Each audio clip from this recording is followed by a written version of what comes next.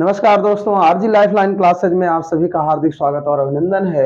आज हम कक्षा 10 सामाजिक विज्ञान के अंतर्गत अर्थशास्त्र से एक महत्वपूर्ण प्रश्न लेकर फिर से आपके सामने उपस्थित हुए हैं। और ये प्रश्न आपने देखा होगा सॉल्वेट पेपर, तो उसमें कई बार पूछा गया है, तो परीक्षा की दृष्टि से बहुत ही महत्वपूर्ण है। तो आज हम पढ़ेंगे सार्वजनिक वितरण प्रणाली के बारे में ना। सार्वजनिक वितरण प्रणाली क्या है? सार्वजनिक वितरण प्रणाली की अगर हम शुरुआत की बात करें दोस्तों, सार्वजनिक वितरण प्रणाली की शुरुआत हुई थी 1965 ईस्वी में। सार्वजनिक वितरण प्रणाली की शुरुआत कब हुई? 1965 ईस्वी में हुई थी। अब हम देखते हैं सार्वजनिक वितरण प्रणाली है क्या ना।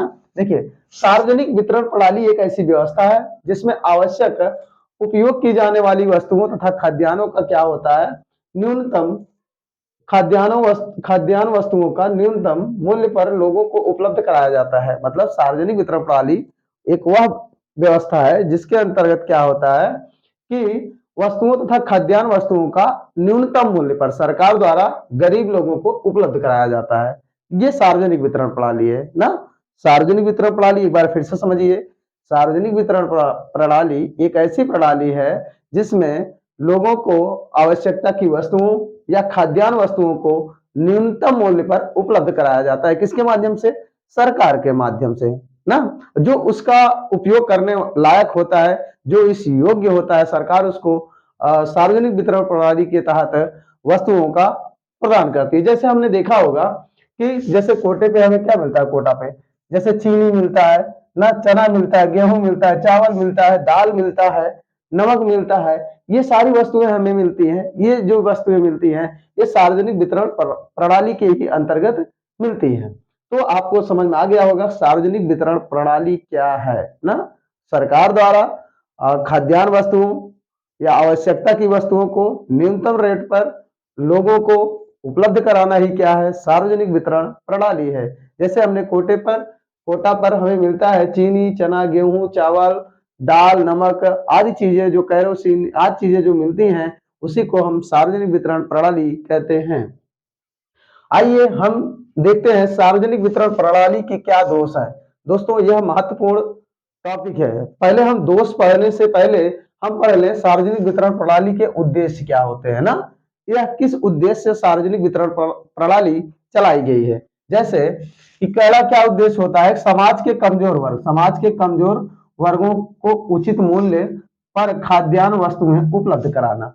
इसका मेन उद्देश्य होता है जो भी समाज में, हमारे समाज में जो कमजोर वर्ग हैं, जो गरीब वर्ग हैं ना, उनको क्या करना, उचित मूल्य पर खाद्यान्न वस्तुएं क्या की जाए, उपलब्ध कराना। उनके पास खेत की कमी है, परिवार का अच्छे तरह से भरण पोषण नहीं कर पा रहे हैं, इसलिए सरकार ऐसे लोगों को क्या करती है, उचित मूल्य पर यानी न्यूनतम मूल्य पर खाद्यान्न वस्तुएं उपलब्ध कराती है। अभी तो देखो दोस्तों, ये सब सारी चीजें हमें फ्री में मिल रही है ना।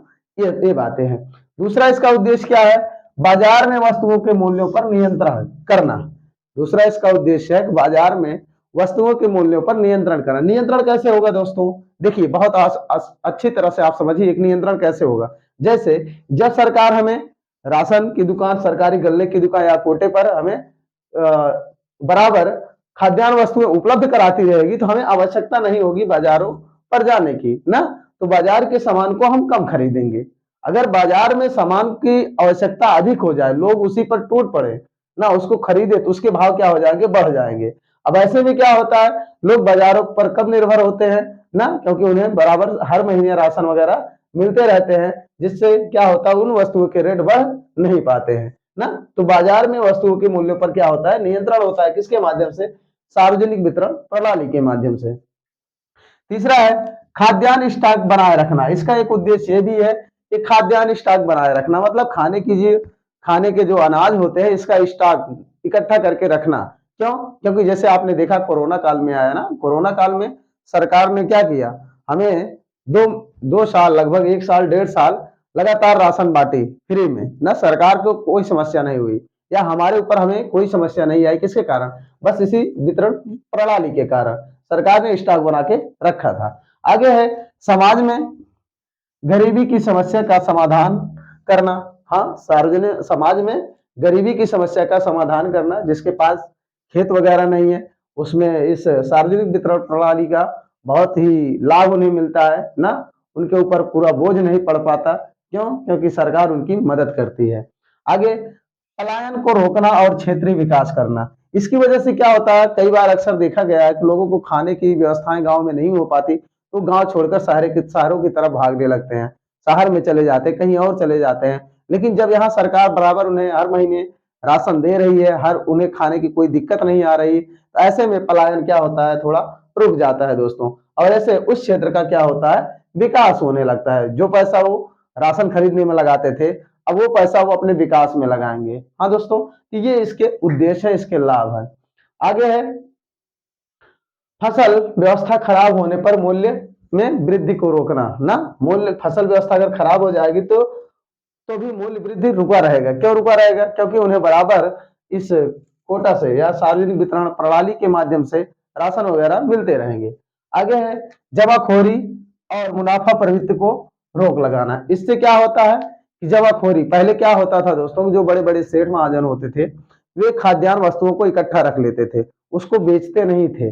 जब सब जगह आम किसान के पास, नागरिक के पास ये वस्तुएं समाप्त हो जाती थी, तब ये क्या करते थे, जो बड़े बड़े सेठ होते थे, ये अपनी वस्तुओं को बाहर निकालते थे और उसको महंगे रेटों पर क्या करते थे, बेच देते थे दोस्तों। तो अगर ये व्यवस्था चल रही है सार्वजनिक वितरण प्रणाली वाली, तो क्या होगी, जमाखोरी और मुनाफा प्रवृत्ति पर रोक लगेगा ना, क्योंकि उनको ऐसे रखने से कोई फायदा नहीं होगा। प्रति व्यक्ति न्यूनतम उपभोग उपलब्ध कराना, इसका एक उद्देश्य यह भी है कि हर व्यक्ति को, जो भी गरीब हो, जो उस योग्य हो, हर व्यक्ति को न्यूनतम स्तर पर उपभोग उपलब्ध कराना, मतलब भोजन या राशन की व्यवस्था कराना। और अंतिम उद्देश्य दोस्तों सबसे है सामाजिक कल्याण करना ना। सार्वजनिक वितरण प्रणाली का अंतिम उद्देश्य क्या है, सामाजिक कल्याण करना। तो हमारे ख्याल से ये आपको बहुत अच्छी तरह से समझ में आ गया होगा कि सार्वजनिक वितरण प्रणाली का उद्देश्य क्या है।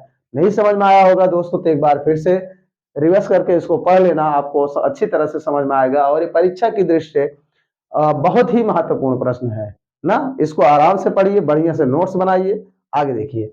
अब हम इसके पढ़ेंगे सार्वजनिक वितरण प्रणाली की कमियां। ये अति महत्वपूर्ण टॉपिक है। पहली कमी क्या है इसकी, सार्वजनिक वितरण प्रणाली की सबसे महत्वपूर्ण दोष यही है दोस्तों कि इसमें भ्रष्टाचार है ना।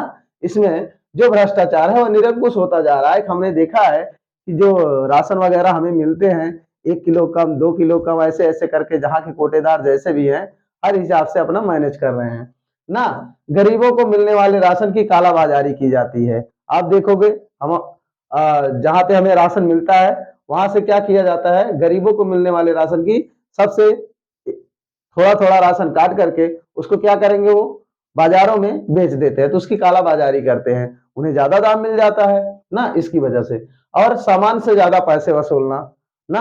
हालांकि अब तो ऐसा नहीं होता है दोस्तों, लेकिन कहीं कहीं ऐसा भी होता है कि सामान्य से ज्यादा लोगों से पैसे वसूले जाते हैं। तो भ्रष्टाचार मतलब सार्वजनिक वितरण प्रणाली का सबसे महत्वपूर्ण दोष है। दूसरा दोष है दोस्तों लाल फीताशाही। ये बहुत ही इंपॉर्टेंट है, आपसे 1 नंबर 2 नंबर से पूछा जाएगा कि लाल फीताशाही क्या है। लाल फीताशाही क्या है? तो लाल फीताशाही है सरकारी कार्यों में होने वाली देरी के लिए जो दस्तावेज बाधक बने, उसे हम लाल फीताशाही कहते हैं। आपको हमने शॉर्ट में लिखा है, आपको हम समझा देते हैं कि जैसे हम देखते हैं कि अक्सर कई ऐसी योजनाएं सरकार द्वारा लागू हो जाती हैं, लेकिन जो सरकारी कर्मचारी होते हैं, जो नौकरशाही होती है, वह उसको लागू नहीं करती है, वह उसको आम जनता तक नहीं पहुंचाती, वह एक फाइल में बंद होती है। जिस फाइल आपने वो फाइल वगैरह दफ्तर वगैरह गए होंगे, वहां देखे होंगे, उन फाइलों को क्या होता है, ऐसे फीते से बांध कर रखा जाता है, इसीलिए उन फाइलों को लाल फीता शाही कहा जाता है। ठीक दोस्तों, समझ में आया आपको? लाल फीता शाही क्या है कि सरकारी कर्मचारियों द्वारा फाइलों को पास ना करना, जिसकी वजह से जो सरकार द्वारा योजनाएं लागू होती हैं वह आम जनता तक नहीं पहुंच पाती, इसी को लाल फीता शाही कहते हैं। आगे है अकुशल प्रबंधन ना। नौकरशाही की वजह से, नौकरशाही मतलब अधिकारियों का शासन होता है दोस्तों, नौकरशाही की वजह से खाद्यान्नों का सही से खरीद और वितरण नहीं हो पाता है ना। वो हर जगह कालाबाजारी करते हैं, जब वो कालाबाजारी करेंगे तो कोटेदार आम जनता से भी कालाबाजारी का काम करेंगे। ठीक, ये सारी चीजें होती है, ये इसका क्या है, सार्वजनिक वितरण प्रणाली का दोष है। अगला है राजकोषीय घाटे का पोषण ना। इस सार्वजनिक वितरण प्रणाली से क्या होता है, राजकोषीय घाटा होता है। घाटा क्या होता है दोस्तों, जैसे अब तो मान लो बंद हो गया है, जो सब्सिडी युक्त जैसे कैरोसिन और क्या कहते हैं कि गैस वगैरह अभी भी मिलते हैं, हमें सब्सिडी युक्त मिलते हैं, सब्सिडी के माध्यम से। जब सरकार को सब्सिडी देनी पड़ती है तो उसमें सरकार के राजकोष में क्या होता है, घाटा होता है। तो सार्वजनिक वितरण प्रणाली प्रणाली से कहीं ना कहीं सरकार को भी घाटा है। आगे, उचित नियंत्रण का अभाव है। आज भी वही पुराने जमाने की तरह इस प्रणाली में कार्य हो रहे हैं ना, मतलब कोई क्या कहते हैं कि नए मॉडल के तहत इसमें कार्य नहीं हो रहे हैं। कागज वगैरह मतलब जैसे कंप्यूटर वाइज सिस्टम नहीं हो रहा है, जिससे क्या हो रहा है, इसमें बहुत कालाबाजारी की जा रही है। अधिकारी वगैरह पर पूर्ण रूप से नियंत्रण नहीं हो पा रहा है, जिसकी कालाबाजारी हो रही है, जिससे लोगों को समस्याएं उत्पन्न हो रही हैं। सब मनमानी कार्य कर रहे हैं ना। अगर इसका भी सही से कुशल प्रबंधन कर दिया जाए तो ये सारी व्यवस्थाएं उपलब्ध नहीं होंगी, इतनी कालाबाजारी, इतनी धोखाधड़ी नहीं होगी। आगे, संचार प्रौद्योगिकी का अभाव। आज भी पुराने जमाने की तरह ही सब कुछ कार्य हो रहे हैं। संचार प्रौद्योगिकी के जमाने में भी ना, संचार प्रौद्योगिकी का इस कार्य में, सार्वजनिक वितरण प्रणाली में अभाव है ना। जैसे हम आपको बताएं कि क्या होता है कि अगर जितना लोगों को राशन मिल रहा है, ये सारी सूचनाएं, ये सारी व्यवस्थाएं सरकार को उपलब्ध कराई जाए। भैया हमें आम लोगों को इतना कम राशन मिलता है, इतना ज्यादा मिलता है, ये सारी व्यवस्थाएं मिलती है। जैसे सूचना का अधिकार 2005 में है, हमें हमारे साथ या सरकार हमारे लिए जो भी कार्य करे उसकी हमें लिखित जानकारी प्राप्त करे। लेकिन ये व्यवस्थाएं दोस्तों केवल कागजातों में है, मतलब संविधान में वर्णित है। असल में देखा जाए तो इसका उचित रूप से फॉलो नहीं हो रहा है। ये सारी चीजें, ये सारे कार्य क्या है, सार्वजनिक वितरण प्रणाली के दोष है, जो कि परीक्षा की दृष्टि से महत्वपूर्ण है। दोस्तों, अगर आपको हमारा वीडियो पसंद आया हो तो हमारे वीडियो को लाइक करें, कमेंट करें, शेयर करें। धन्यवाद।